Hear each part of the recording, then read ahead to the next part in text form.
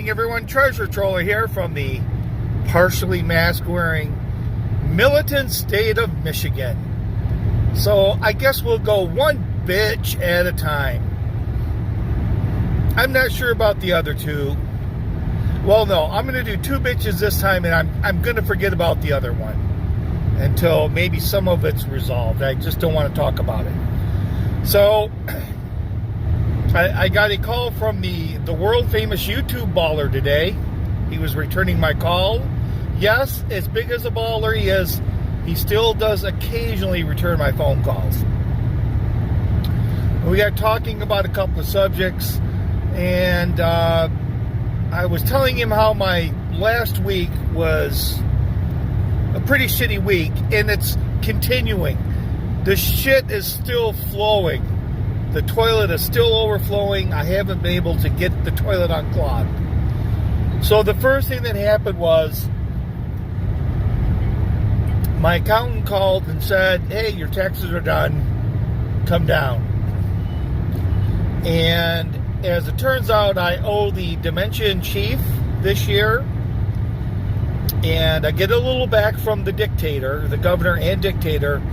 But by the time I pay my accountant and all that, it's I might be able to buy a bowl of soup. I'm not sure why. I'm going to have to talk to my accountant after tax season to figure out how I screwed up on the federal side. So the taxes were one thing. The next thing is my car. So I'm going to try to put in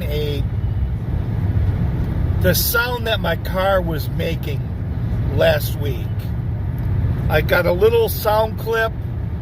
I don't know. It's a very hit or miss to move sounds, but if I can get the sound, I'm going to put it in here, and then you can hear it.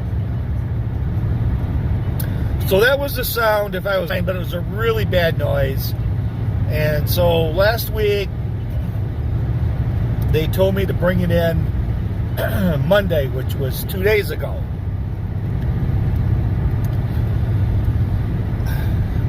So I took the car in on Monday. Well, so when I made the appointment the week before, they said, oh, we just want you to know, bring it in Monday. And just want you to know there's a diagnostics fee or a diagnostics charge of like $115. I said, yeah, okay, that's okay. So what I figured was, look, if you bring your car in, they tell you what's wrong with it, you decide to go elsewhere, they're going to charge you $100 for their time. To me, that's fair.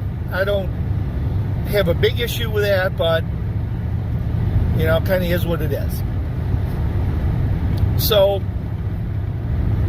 I brought it in Monday, and the first thing she says is, well, we're like down one guy, so might not be able to get to it right around 9:30 or whatnot. And I said, okay, it's got to get fixed, so I don't care.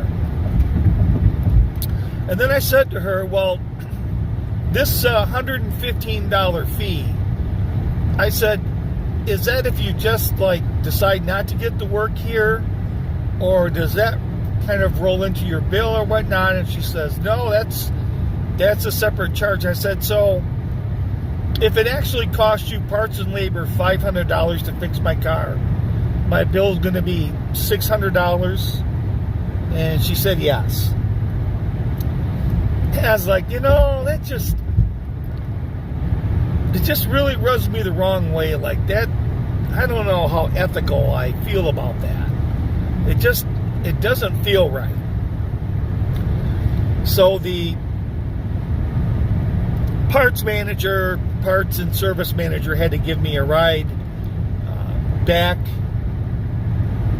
And I was explaining to him how, boy, that just doesn't feel right that you charge this and keep the charge if we get the work done here. He's like, oh, well, everyone does it. even if we didn't say it, the charge is there. And so it's not like we're doing anything that anyone else is doing. It's just the way we're saying it. I go, yeah. I said, you ever been to Vegas?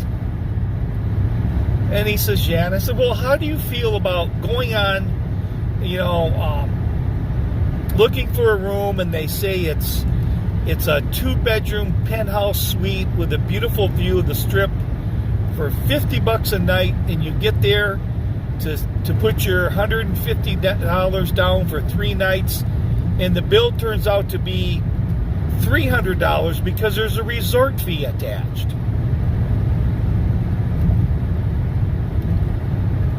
He says, yeah, I see your point. I go, maybe I would have still rented the room for the extra $100, instead of for the $100 a night. But when you tell me it's $50, and then you still charge me the extra, I go, that's kind of what you're doing here. I go, if you would say to me, in my opinion, if you just said, if you take the car, we charge you $100 for looking at it, and if you get the work done here, we roll it into the bill. Never would have given it a second thought. So anyways, that was Monday, and I never heard back from them until today, because they said they got my number wrong. They wrote it down wrong. So they had it for 2 days. They didn't know what was wrong with my car for 2 days. And so I didn't know until this afternoon, because of the phone number mix-up. I can't tell you how many times that happens to me, where I mix up somebody's phone number, especially when they have it on the computer. But what the fuck, no sense in using the accurate information that's already listed. And so anyways, it wasn't until today, and hopefully by tomorrow I can get my car back and my gimbal, and life will be just a little bit better, because the taxing, I'll write a check for the Dimension Chief, because all that's in my car. The Dimension Chief gets paid, the car will be fixed, and then I got one more major pain in the ass that I have to try to get resolved. And oh my God, what a mess. I don't want to be too rough until it's all done and solved, and then we'll talk about it.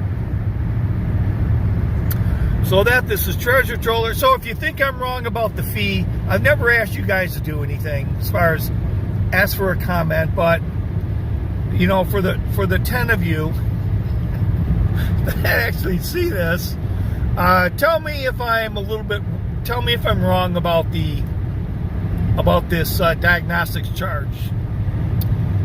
If it makes a difference or not, whatever. So with that, this is Treasure Troller saying aloha and good day.